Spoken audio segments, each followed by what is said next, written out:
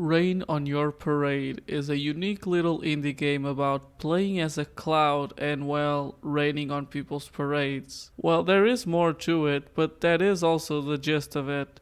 Before we start, I just want to say that I played the Switch version, but there's also an Xbox and on the main PC operating systems Windows, Linux, and Mac.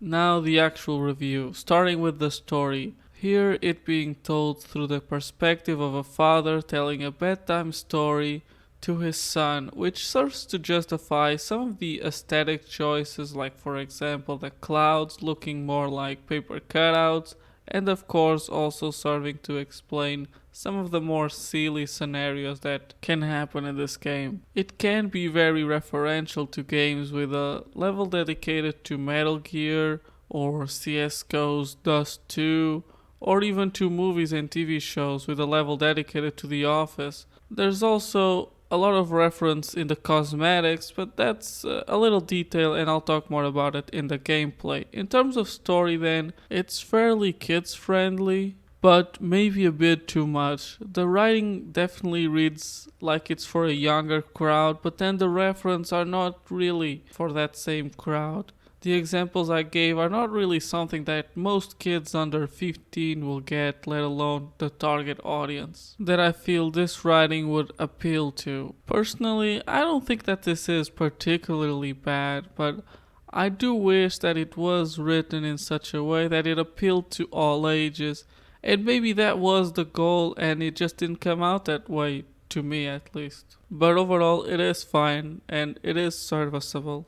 Moving on then to the gameplay. Playing as a cloud, and given the name of the game, you can probably guess the main goal. This is raining on people, and the game starts out that way with very simple objectives as rain on every person within a level or rain on very specific objects for whatever reason. The reasons can be very random, like sometimes it will ask you to not rain on people and only rain on certain objects, and there may not be any rhyme or reason for it beyond the challenge. And while that's fine, that's the kind of attention to detail I think would really push this game to stand out and make it something special, in my opinion. Regardless, as the game progresses, objectives grow in complexity and also chaos due to the new mechanics and new abilities. The first one being the power to rain things other than regular rain, some being normal like snow, but for the most part it will be the weird and more destructive, like raining fuel to burn things or meteors to kill dinosaurs in one instance.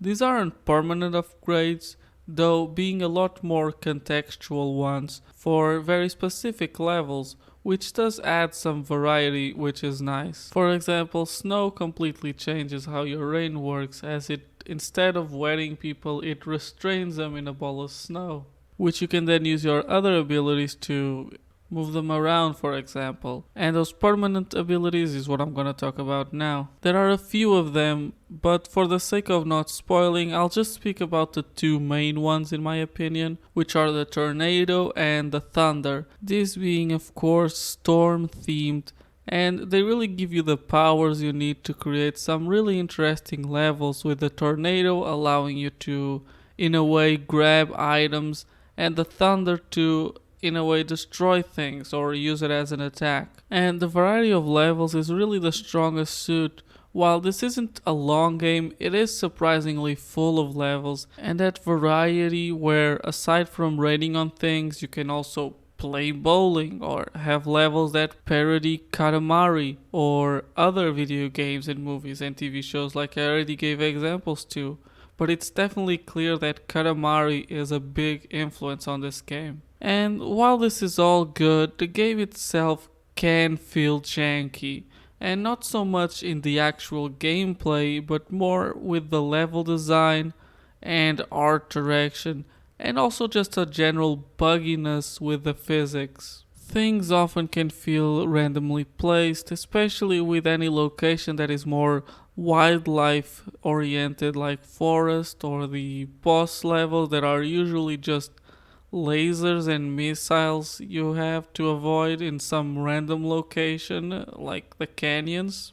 That and the just overall not very aesthetically pleasing look of the game, struggling between the paper cutouts style that the cloud and other story elements use against the prominent generic 3D assets, which I know are supposed to look cartoony but really come off as more generic, making for a look that is somewhat unappealing even if it is a lot more forgivable given this game's budget and size. And that with the often game bugs of the clipping objects and odd game physics that can lead you to be unable to finish a specific level, it can become a bit annoying or jarring. It's definitely a mix of those three problems though, creating a bigger problem. Because separately these are very minor, the bugs don't happen too much, and when they do, they usually don't break the game.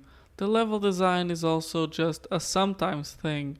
It sometimes does look good, especially in the more referential levels. And the overall aesthetic of the game being kinda bland isn't a crime, I guess. It's just bland. But when you put those three together, it can feel like you're playing an unfinished product, and that to me is definitely a bit jarring to say the least. Now, I know I sounded a bit negative up until now, but overall I still enjoyed the gameplay, if only because of how different it is from any other game.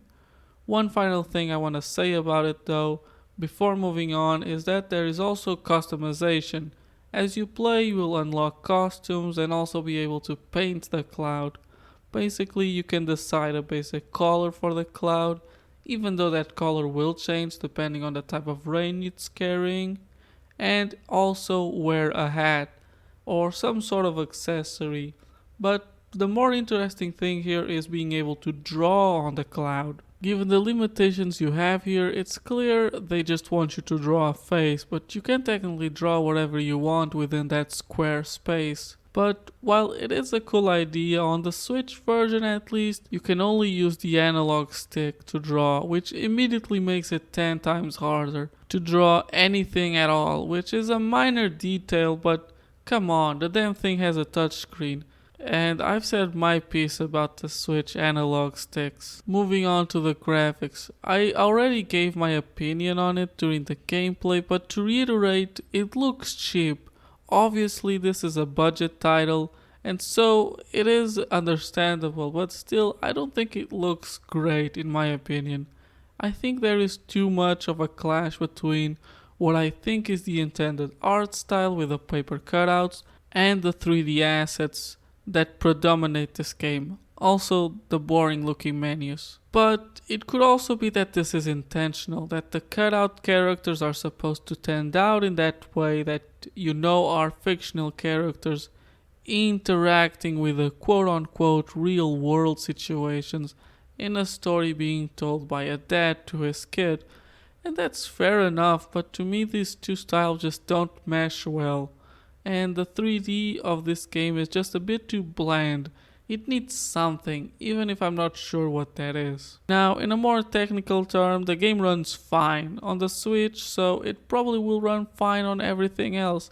I did notice some slowdowns in those Katamari inspired levels where there was just a whole lot of things on screen moving about, but nothing that would make the game unplayable. It is overall a good port. Moving on to the soundtrack, well, once again, easy to forgive given the game's scope, but it is just a bit generic in a aren't we a goofy type of game with that kind of generic copyright-free YouTube music. It doesn't sound as bad as that, but it is mostly just there. I mean, it's better than Silence, I guess, and unfortunately that's also kind of my opinion on the whole game. It's better than Silence. It's a small game with a very unique gimmick, and while I like that gimmick, it needs some polish, and overall, I'm giving Rain on Your Parade a 6 out of 10. It's a positive rating because overall I still think it's a positive experience and I enjoyed my time with it despite its shortcomings. Recommendation wise though, well, you have to be aware that this is a low budget game with a fairly low price tag as well, of just under 15 euros or dollars or whatever your original equivalent is. and I would say is a fair price given there is quite a lot of levels here, and I think you'll get your time and money's worth out of it. And supposedly it's also on Game Pass. I can't confirm that. Again, I played it on the Switch, but if it is on there and you happen to have it, then you can play it for free and no harm done. Especially if you are looking for a more unique style of gameplay that it's not quite like Katamari, but it's definitely inspired by it and it's special in its own way. And I hope that these developers go on to make something a bit more polished and coherent down the line. Regardless of your decision though, I hope you enjoyed watching, and if so, please consider subscribing, liking and even commenting. All things you can do for free here on YouTube, and regardless of that, I hope you're having a good day, and goodbye.